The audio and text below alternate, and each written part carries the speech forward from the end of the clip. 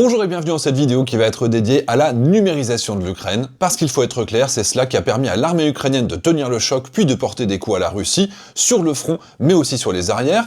C'est aussi le développement fort du numérique qui permet à la population ukrainienne de résister, à son économie de tenir malgré les coupures électriques ou le temps passé dans les abris, et c'est encore cela qui permet à l'industrie ukrainienne de continuer à fonctionner malgré les bombardements quotidiens.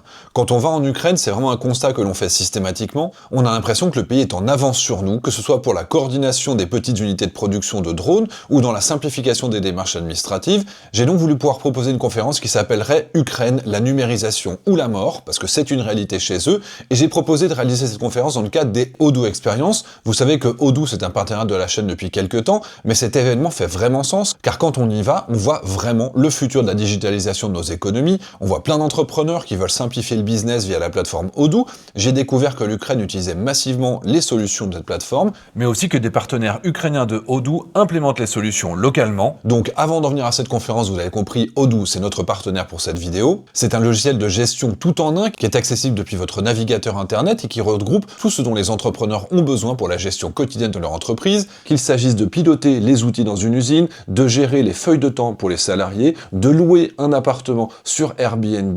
Odoo est vraiment là dès le début pour accompagner les entrepreneurs, qu'ils soient sur une petite structure ou une très grosse. Surtout que le tarif n'est qu'à partir de 19,99€ chaque mois, avec la première application qui est gratuite à vie, puis qu'ensuite quand on en utilise 2 ou 45, le tarif ne change pas. Au lieu de chercher un prestataire pour chaque micro-tâche comme les signatures électroniques, les bons de commande, la facturation ou la création d'un site web, vous avez comme ça des milliers d'applications qui sont disponibles et qui correspondent forcément à votre besoin dans la gestion quotidienne de votre société.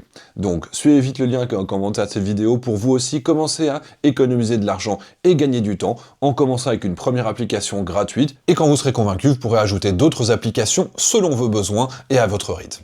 Allez, on retourne à la conférence. C'est comment est-ce que la digitalisation a sauvé l'Ukraine, d'où ce titre, la digitalisation ou la mort. Alors déjà, l'Ukraine, pays un peu hautain en Europe de l'Ouest, on se dit oh, c'est bon, l'Europe de l'Est c'est arriéré. En réalité, ils sont très en avance sur nous, et quand on leur en parle en général, c'est de la même manière que c'est difficile de transformer une très grosse boîte en société low cost.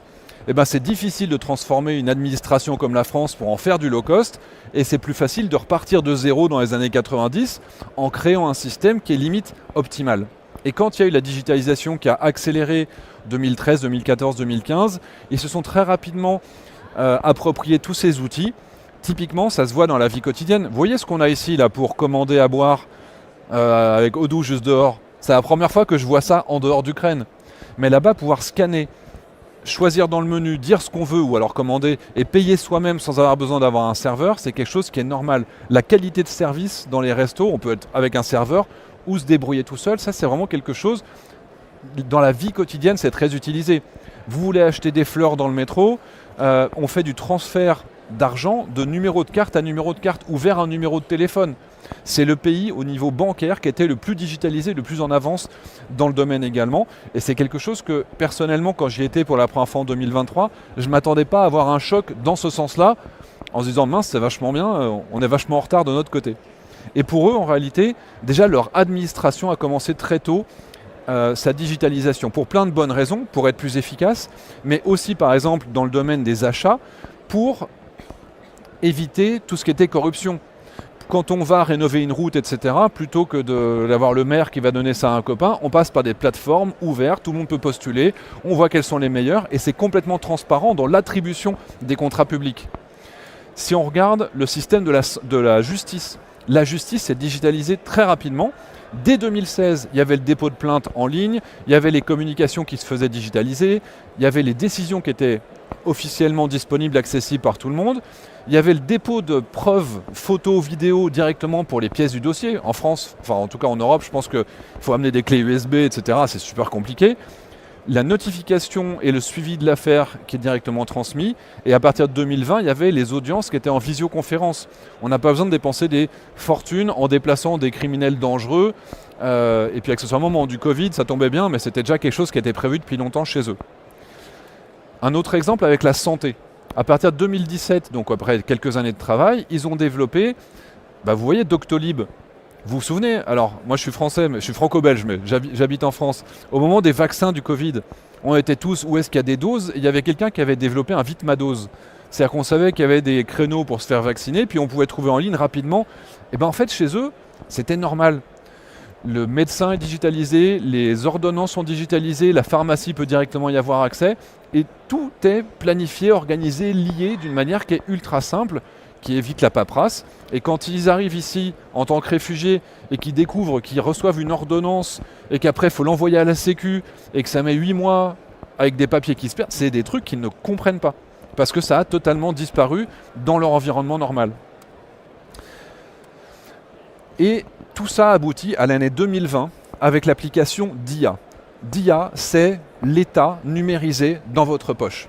Ça veut dire que déjà, c'est le premier pays dans lequel il y a eu les e-passeports. Vous n'avez pas besoin d'avoir une carte d'identité ou un passeport quand il y a un contrôle de police. Vous pouvez présenter votre e-passeport qui a la même valeur que le passeport physique, avec les mêmes sécurités qu'on a pour les banques, etc. On peut voter en ligne, on peut faire beaucoup de choses. Toutes les procédures administratives sont simples. Vous pouvez créer votre entreprise en 10 minutes. Avec, il n'y a pas 50, les SAS, les SARL, les EURL, c'est simple, ça vous changez au fur et à mesure en fonction de vos besoins. On peut demander de l'aide sociale en ligne, toutes les procédures sont faciles. Inscription à l'université, immatriculation de ma voiture. Tac, on peut payer ses impôts et ses amendes, évidemment ça va dans ce sens-là, mais dans le sens inverse, il y a les certificats médicaux comme je le disais à l'instant, on peut ouvrir un compte en banque via cette application d'État. On peut faire la signature électronique de documents, ça vous rappelle un petit peu Odoo, c'est une des applications de base qu'on a dedans. On peut dire, bah voilà, j'ai trouvé un tag, il y a une route qui est pourrie, ou alors il y a un agent qui est corrompu. On peut le signaler aussi dans cette application, encore une fois pour améliorer le système global. Et comme je disais, on peut payer, mais on peut aussi recevoir nos prestations. C'est-à-dire que vous avez votre retraite, dans l'application, ça vous crée une e-carte bleue, et cette carte bleue va être créditée. C'est-à-dire que votre application dans votre poche, c'est super facile à utiliser et tout le monde peut utiliser et recevoir de l'argent directement dedans. Et donc il y a un chatbot, pour le coup je m'en suis servi parce qu'il y avait ma voiture qui avait été enlevée. Et dans le chatbot on dit bonjour, la voiture immatriculée tant, elle est où? Où est-ce que je vais chercher? Et le truc répond. Et on peut demander comment est-ce que je dois interpréter telle loi, etc. Le truc est incroyablement complet. Ça c'est avant la guerre. La guerre arrive. Et là, évidemment, ils sont obligés d'accélérer. Il y a un exemple que les Ukrainiens qui arrivent ici, ils découvrent le système français, je vous l'ai dit à l'instant. Mais il y a un exemple qui m'a choqué, c'est quand ils avaient besoin de faire des papiers. Et on leur disait, il manque tel dossier, etc. Dans la loi ukrainienne, il est interdit qu'une administration vous demande un papier qui vient d'une autre administration. Nous, quand on veut avoir un passeport, il faut demander un extrait d'acte de naissance, je ne sais pas où, c'est toujours l'administration. En Ukraine, tout est connecté. On ne va pas aller demander un extrait de casier judiciaire pour avoir un... Tout est connecté. C'est d'une simplicité absolue. Et ça, les Ukrainiens, ils ne s'attendaient pas à ce qu'on soit aussi en retard, et moi, qu'ils soient aussi en avance quand on y va. Au moment où la guerre commence, donc ils implémentent dans l'application DIA, mais en quelques jours, avec l'aide des volontaires, etc., qui s'engagent, comment recruter? Le recrutement, pour pouvoir ouvrir la place à des volontaires avec des spécialités bien précises en fonction de ce qu'on sait faire, les chauffeurs routiers pour conduire des chars, etc. Il y a la levée d'argent pour participer à l'effort de guerre. À l'époque, on vendait des timbres, vous regardez ça à la Deuxième Guerre mondiale, eux, ils ont numérisé la levée d'argent avec aussi des sortes de crowdfunding, on peut verser des crypto-monnaies, et ça au niveau international, les gens ont beaucoup participé. Il y a en offline, dans l'application, ça vous télécharge géolocalisé par rapport à où ce que vous vous trouvez, ça vous dit où sont les abris les plus proches. En hiver, comme les Russes coupent l'électricité, où est-ce qu'on peut avoir du chauffage? Où est-ce qu'on peut recharger notre téléphone, etc. Donc il y a l'électricité, le chauffage, où se mettre à l'abri quand il y a des attaques aériennes, en offline dans votre poche. Il y a également, du coup, je vous disais, l'identification numérique. Les passeports numériques, forcément, dans un pays en guerre dans lequel un tiers de la population a dû se déplacer dans les premiers mois, il y a plein de gens qui ont perdu leur passeport, il y a plein de gens qui ont perdu leur papier. Et bien maintenant, c'est tellement fiable au niveau international que l'ONU a poussé, et même en Pologne, même à l'étranger, les e-cartes d'identité sont reconnues officiellement, par exemple en Pologne. Donc ça, c'est quelque chose, encore une fois, qui a contribué à la gestion de la crise dans la guerre. D'où le fait que l'application d'IA fasse partie du top de ce qui se fait de mieux, reconnu par le Times comme les inventions, enfin comme les outils les plus utiles et les plus pertinents en 2014. Tout ça aussi, il faut comprendre qu'il y a une vraie volonté de la part d'Ukraine de se défendre, de gagner et puis de ne pas se laisser écraser. Et il y a un vrai aspect collaboratif dans la résistance à la guerre. DIA, je vous ai dit que c'était un système qui était ultra sécurisé, mais qui permet aussi de se loguer dans d'autres applications et dans d'autres outils. Donc il n'y a que les Ukrainiens qui peuvent l'avoir. Donc par exemple, il y a Ivorog. C'est un système, c'est une sorte de chatbot sur Telegram, où il faut se loguer avant, et vous allez dire « j'ai des Russes qui sont derrière chez moi. Il y a un char qui a traversé la rue. J'ai vu un véhicule qui passait. » Et ils ont eu des centaines de milliers de signalements géolocalisés avec photos qui ont eu un vrai effet, et c'est sorti 2 jours après le début du conflit. Donc il y a eu un vrai effet opérationnel militaire dans la capacité de crowdsourcing. On récupère de l'information de toute la population via des moyens digitaux directement connectés avec l'armée. Un autre exemple avec EPO. Alors c'était aussi lié à DIA. Vous avez un missile qui passe dans le ciel, vous dégainez votre téléphone, vous appuyez sur le bouton, vous désignez la cible, vous dites après, une fois qu'il est parti, quel type de cible c'était. Et puis à force qu'il y ait plein de gens qui font ça, ça permettait d'avoir une géolocalisation précise et un suivi de ces vecteurs aériens qui permettait d'augmenter le taux d'interception à 85%. Parce qu'en fait, il faut comprendre, moi j'ai passé beaucoup de temps avec les gens qui essaient de taper sur ça. Ils sont avec leur pick-up et leur mitrailleuse. Un missile ou un drone, il vole à 50 mètres d'altitude à 800 km/h. Si on n'a pas de préavis, en gros, une fois qu'on sait que ça vient de là, c'est trop tard, il est déjà passé au-dessus de nous. Mais là, du coup, ils ont une sorte de carte, ils ont une sorte d'application qui s'appelle Virage, et ça permet de voir où sont les drones en temps réel. Et quand on avait sur l'application que ça venait de là-bas, on se tournait vers le bon côté. Ensuite, il y a Zvuk. Zvuk, c'était une start-up qui était spécialisée dans le fait de reprendre les voix des acteurs, des chanteurs, etc. Et puis quand la guerre a commencé, comme ils avaient un système d'intelligence artificielle de reconnaissance de voix, ils ont commencé à travailler sur la reconnaissance des missiles. On a nos empreintes digitales, et chaque missile, chaque drone, il a une empreinte sonore qui est toute particulière et qui permet de les classifier. Vous vous souvenez, ça c'est Hirohito, Deuxième Guerre mondiale, les Japonais, ils essayent d'écouter, de reconnaître et de voir longtemps à l'avance les bombardiers américains qui sont en train d'arriver. Vous voyez, c'est des grosses oreilles dans le ciel. Et eux, ils ont fait la même chose. C'est-à-dire qu'à partir des téléphones portables que les gens ont téléchargé cette application, ils laissaient ça sur leur fenêtre la nuit, ça écoutait, et puis quand il y avait des drones qui passaient, ça permet de les géolocaliser et de définir quel type de missile était en train de nous survoler. Et donc, ça a été soutenu par des systèmes d'innovation dont je vous parlerai tout à l'heure. Il y avait quelques petites difficultés dans certains domaines. Quand ils racontent leur histoire, c'est assez rigolo. Par exemple, les vaches, le meuglement des vaches, apparemment ça faisait le même bruit qu'un certain type de missile à une certaine altitude. Donc il y a des petits bugs comme ça de temps en temps. Mais in fine, maintenant ils ont 14 000 capteurs déployés et c'est un équipement ultra efficace et ultra low cost par rapport à nos radars qui coûtent une fortune, qu'il faut entretenir, etc. Là on parle de mettre juste des antennes avec juste des micros sur n'importe quel arbre, une antenne relais, etc. Donc c'est vraiment quelque chose qui est déployé massivement aujourd'hui et qui montre aussi la façon dont les Ukrainiens ont été capables de détecter les drones. Je rappelle que sur les 27 drones qui ont traversé la frontière polonaise il y a 2 semaines, on n'en a détecté que 19 et on a été capable d'en intercepter que 4 en faisant décoller 3 AWACS, 6 avions de chasse, etc. C'est déplorable. Les Ukrainiens, c'est 90% de taux d'interception sur ces drones de basse qualité. Aussi parce qu'ils les détectent mieux. Ensuite, toujours dans l'intelligence collective, il y a ce qu'on appelle la géo-intelligence. La géo-intelligence, c'est par exemple quand vous avez les Russes qui montrent leurs résultats sur cette photo, et vous avez des gens, ne me demandez pas comment, ils passent des nuits et des nuits pour identifier et retrouver la position exacte. Et vous avez des sites web entiers qui sont spécialisés dans l'identification, la recherche des positions des différents événements qui vont être géolocalisés de cette manière-là. Donc là, par exemple, c'est le site qui s'appelle GeoConfirmed. Donc GeoConfirmed, chacun de ces points, vous pouvez cliquer et vous pouvez aller voir la source. Et à chaque fois, vous allez avoir la confirmation d'une preuve, d'une destruction, etc. il n'y a pas encore massivement de désinformation et d'images qui vont être générées par IA.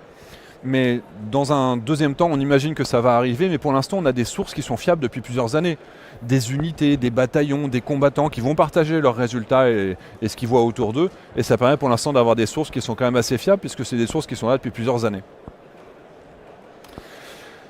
Ensuite, il y a tout ce qui est autour du crowdfunding. Je parle toujours de ce monde collaboratif. Le crowdfunding, c'est le fait d'en appeler à la population pour financer des projets ou pour financer des actions.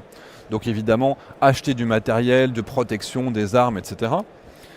Et typiquement, c'est une photo que j'ai prise dans une station-service. Et vous voyez, juste ici, c'est de l'argent. C'est-à-dire qu'on peut arrondir, quand on achète de l'essence, on peut arrondir au grivna supplémentaire. Et en fait, c'était pour financer des drones, pour se venger. Parce que les Ukrainiens, ils se prennent des missiles depuis des mois et des mois. Là, on parle de l'année 2022. Et en fait, ils ont l'impression qu'eux, ils n'ont pas de moyens de se venger. La population ukrainienne a financé le développement d'un drone pour se venger. Et les militaires, ils disaient, bon, vous êtes gentils, mais on va vous laisser dans votre coin, quoi. Et donc, ils ont développé un drone qui s'est appelé le Beaver, fin 2022. Le Beaver, quand ils l'ont testé, en fait, l'armée n'y croyait pas. Donc ça, c'est le Kremlin, et vous avez un Beaver qui arrive, et vous voyez cette explosion? Comme les militaires n'y croyaient pas, ils n'avaient pas donné d'explosif. Donc c'était un feu d'artifice à l'intérieur qui a fait plaf. C'est dommage, j'ai envie de dire maintenant. Mais quand les militaires ont vu à quel point c'était efficace, enfin ouais, pas mal. Et ben ils ont intégré du coup ce drone kamikaze dans leur écosystème pour maintenant ajouter des performances. Il est capable de définir qu'il doit taper au 8e étage en comptant le nombre de fenêtres. Ils sont capables de reprendre le contrôle à distance avec le réseau téléphonique russe, avec des cartes téléphoniques, cartes SIM russes. Voilà. Et ça, c'est au-dessus de la Crimée, par exemple, avec des destructions qui sont absolument gigantesques par rapport au coût de ces simples drones, qui, à la base, ne sont qu'un projet collaboratif de passionnés d'aviation qui, le soir et le week-end, après l'université, ils développaient leurs drones comme un projet universitaire. Mais parce que c'est aussi dans leur mentalité depuis 2014. Eux, depuis 2014, ils se sont engagés dans ce processus d'innovation pour soutenir leur cousin qui est dans la guerre face aux Russes. Un autre exemple que j'aime beaucoup, c'est Aero-Rozvidka. Aero-Rozvidka, c'est une unité de volontaires qui, à la base, ont juste voulu aider le cousin, encore une fois, le copain qui était parti dans l'armée, et qui eux-mêmes ont fini par s'engager à partir de l'année 2015 en développant ce drone qui s'appelle le R18. C'est la première version qu'ils ont fait. R18 parce qu'il fait 1,80 m d'envergure. C'est du costaud. 1,80 m d'envergure, ça permettait de supporter 3 à 5 charges des mines anti-chars. C'est lourd, hein. Donc ils en porteraient 3 à 5. Et je ne sais pas si vous vous souvenez, tout au début de la guerre, quand les Russes avaient cette longue ligne de véhicules qui étaient alignés les uns derrière les autres. C'était eux qui ont commencé à les striker. Et en fait, au début, ils balançaient des trucs, ça explosait pas vraiment. Et puis ils avaient une bombe assez légère, et puis ils se sont dit, bon bah ça explose pas, tiens, bombarde ça sur un truc qui a l'air léger, là, sur une citerne d'essence. Et ça a fait une gerbe incroyable, une image incroyable, ça a fait un buzz de fou. Et du coup, ils ont tous commencé à faire une compétition sur la plus belle explosion de trucs d'essence. Et sans le vouloir, ils ont fait tomber en panne d'essence une colonne de 100 km de véhicules les uns derrière les autres. C'était pas volontaire, c'était pas stratégique, c'était des gars qui se sont amusés le soir et le week-end avec leur véhicule électrique pour aller faire pas de bruit et balancer leurs drones. Et c'est comme ça que l'armée russe est tombée en panne d'essence dans ce coin. Donc le drone, voilà, ça c'est la version petite, 1,80 m. Maintenant ils ont une version qui fait 3,20 m d'envergure, qui est encore plus lourde. On est autour de 20 000 € pour un drone. Et le ratio d'efficacité, 1 euro investi dans un drone, ça détruit 670 € de matériel russe. 670. Vous imaginez l'échelle dans laquelle ils se trouvent? Et donc maintenant, ils ont des systèmes avec l'intelligence artificielle, ils ont développé des drones terrestres. C'est vraiment une boîte qui s'appelle ISR Défense, qui est particulièrement efficace. Toujours dans ce monde collaboratif, il y a tout ce qui est autour de l'industrie 4.0. C'est-à-dire, en gros, la digitalisation de monde industriel, en faisant appel à des outils numériques pour avoir des formes en 3D bien identifiées et puis pour pouvoir les produire de manière décentralisée avec des centaines et des milliers de volontaires qui ont commencé à produire des pièces détachées de plein de choses. En haut à gauche, vous avez par exemple des périscopes. On reste dans sa tranchée, on peut regarder à l'extérieur. En haut à droite, les systèmes de largage pour les drones, pour adapter ça sur des drones classiques. Pour pour les amputés, pour avoir des équipements qui permettent de bien tenir les membres, etc., avoir avec une meilleure réparation, une meilleure cicatrisation.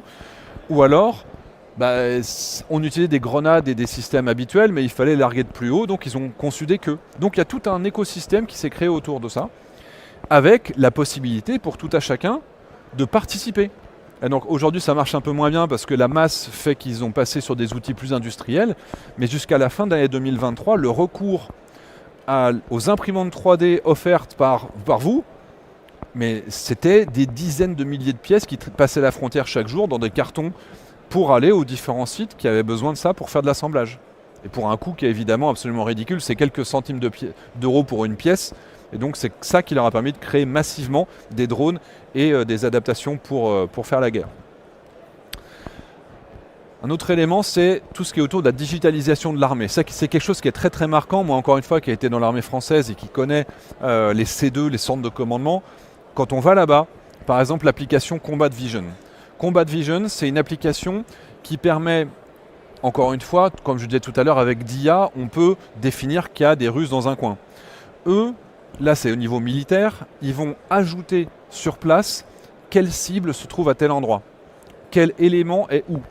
À la base, c'était une application qui était utilisée par les gens qui font du paintball, et donc ils l'ont rendu un peu plus sécurisé, et ils ont ajouté plein d'autres fonctions pour pouvoir justement définir où sont les copains, où est-ce qu'on est, à quel endroit, avec des systèmes de géolocalisation, et avec de la réalité augmentée. C'est-à-dire que quand je prends une vue et que je prends une photo devant moi, cette application va me dire que derrière la colline, là il y a une cible qui est identifiée. Et ça permet un partage d'informations qui est ultra efficace pour le fantassin, pour le combattant débarqué. Et au niveau artillerie, ils ont à peu près la même chose, un système qui s'appelle Cropiva,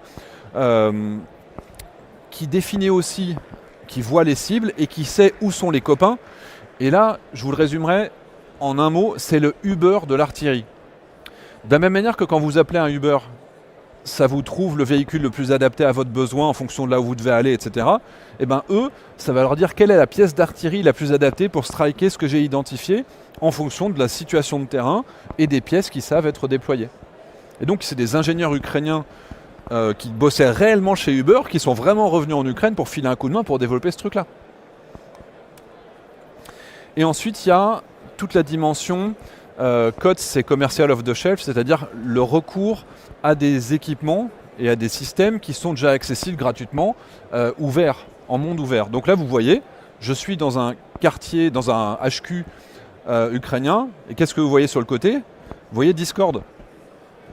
La transmission de position, elle se fait sur Signal. Savoir qui fait quoi, ça se fait sur WhatsApp.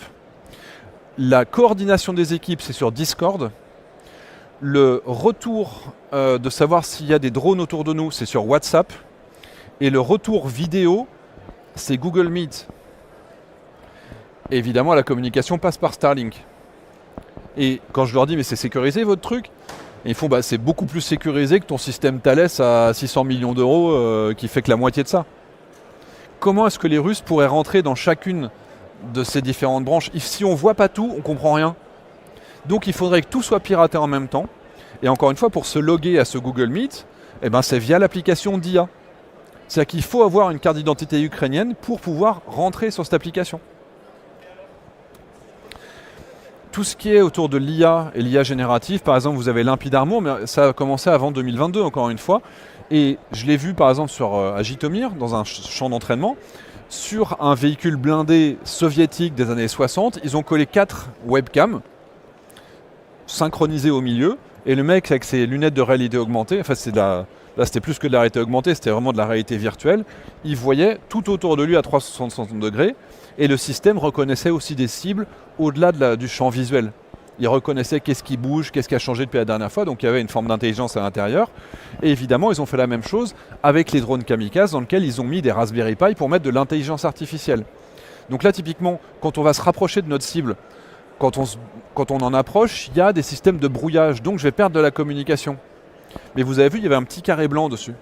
En fait, ce petit carré blanc, c'est que cette cible, elle a été acquise et que mon drone va aller tout seul jusqu'à l'impact. Même si moi, j'ai perdu le visuel et que je ne peux pas le piloter, vous voyez ici, il y a efficacité jusqu'à l'impact. Ça, c'était la première génération. Deuxième génération, On est capable de détecter quel est l'endroit du char qui est le plus sensible. Je reconnais que c'est un char T72 et que c'est pas un BMP3, donc il faut taper à tel endroit Et puis s'il est protégé, je vais plutôt viser le canon. Parce qu'une fois que le canon il est foutu, en fait, le blindé ne sert plus à rien. Donc ils ont déjà 3 générations d'IA pour que le drone puisse prendre une décision en fonction de ce qui est en face de lui. Un truc qui est assez étonnant, alors ici ça a été mal vécu quand c'est rentré dans les médias, c'est la gamification de la guerre. C'est-à-dire qu'ils gagnent des points en fonction de leur efficacité.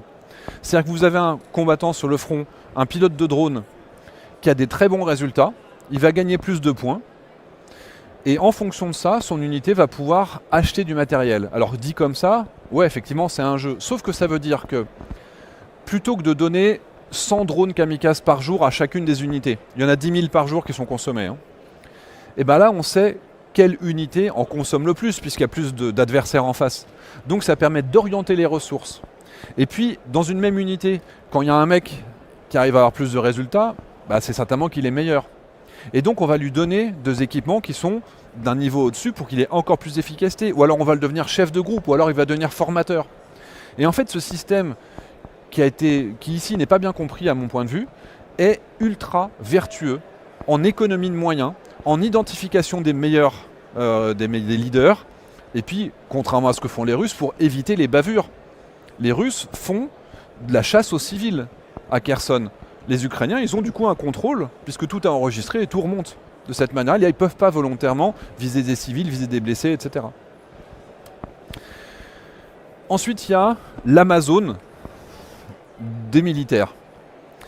Le front, je vous assure, parfois je vais à 5 km plus loin, les militaires ils me disent bah ici ça marche pas de la même manière. 5 bornes plus loin, c'est pas la même guerre électronique qu'il y a en face, etc. Et dans une armée traditionnelle, c'est très pyramidal, telle brigade va être équipée de tel matériel, etc. Mais là, comme c'est très décentralisé dans la prise de décision, vous l'avez vu avec les applications, mais aussi dans la commande d'équipement, chacun peut prendre le système qui va être adapté à son besoin personnel. Dans ma zone, j'ai besoin de ça, c'est le drone de telle catégorie qui va être le plus efficace, c'est tel blindé, c'est tel type d'explosif, c'est tel type de guerre électronique, donc il faut tel brouillage. Ben ça, c'est vraiment au plus bas niveau qu'ils sont capables de prendre ces décisions, et ils sont livrés avec la poste civile, accessoirement, la poste ukrainienne, la SSF ukrainienne, c'est incroyable. Vous savez, on a une expression en français où on dit souvent l'administration militaire est à l'administration, ce que la musique militaire est à la musique, ce que la médecine militaire est à la médecine. Bref, vous voyez le concept. Bon, bah, en Ukraine, en fait, ils ne cherchent pas à faire une poste militaire. Ils se reposent sur des systèmes qui ont déjà été digitalisés depuis longtemps et qui ont une efficacité qui est vraiment très très élevée. La digitalisation, elle passe aussi dans la reconstruction, avec par exemple l'exploitation d'énormément de recours, de technologies de l'information, notamment la réalité virtuelle, la réalité augmentée, qui vont être utilisées dans la pacification, la communication, dans la documentation des crimes de guerre, dans le fait de retourner sur des zones pour éviter à des personnes traumatisées de réexpliquer ce qu'ils ont vécu, etc. Donc il y a un vrai travail d'intégration de l'IT et de toutes ces dimensions pour pouvoir travailler réellement sur le terrain, et également pour le souvenir de ce qui a été détruit. Et donc quand vous avez certaines zones, par exemple sur Boutcha ou Irpin, quand on y va, on peut télécharger une application et on peut voir comment c'était avant d'être détruit. C'est vrai que c'est intéressant aussi de voir avant, après, un peu comme quand on va voir des châteaux ici, mais là-bas ils l'ont vraiment intégré pour pouvoir avoir un suivi de l'évolution de la situation. On parle aussi de santé. Vous savez qu'il y a énormément de blessés, il y a plusieurs centaines de milliers de blessés, on s'approche des 50 à 80 000 amputés en Ukraine. Et vous avez par exemple ce qu'on appelle les douleurs fantômes. Les douleurs fantômes, c'est vous avez plus de bras, mais vous avez quand même des douleurs dans la main qu'on ne peut pas soigner puisque c'est des nerfs, etc. Et en fait, le fait d'avoir des lunettes de réalité augmentée, là pour le coup, et que votre bras apparaisse sur l'image comme on voit sur la photo ici, eh bien ces douleurs disparaissent progressivement. Et donc il y a des travaux qui avaient déjà été validés dans plein de pays, mais en Ukraine, ils intègrent aussi ça pour améliorer le retour à une vie civile normale. Donc faire disparaître les douleurs fantômes par la réalité augmentée. Et ici c'est pour le PTSD, donc le trouble post-traumatiques, des gens qui ont vécu des choses très très difficiles, eh ben, il y a de la réalité virtuelle là pour le coup qui permet d'avoir aussi de bons retours. C'est utilisé aux États-Unis depuis l'Irak, etc. Mais les Ukrainiens l'ont intégré massivement depuis le début, aussi pour des questions d'économie et de coûts, parce qu'ils ont des centaines de milliers de blessés, civils, militaires, psychologiques et physiques, et ils ne peuvent pas faire ça à la méthode à l'ancienne. Il n'y a pas assez de psy, etc. Donc ils ont vraiment ces méthodes qui marchent très très bien et qu'ils ont intégrées d'une manière massive. Un dernier petit point sur comment est-ce qu'ils ont structuré l'innovation, et ça me plaît parce que ça ressemble un petit peu à Odoo. Vous avez Brave One. Brave One, c'est le hub de l'innovation, un peu comme le laboratoire d'innovation de défense qu'on a en France ou dans plein de pays, mais avec un...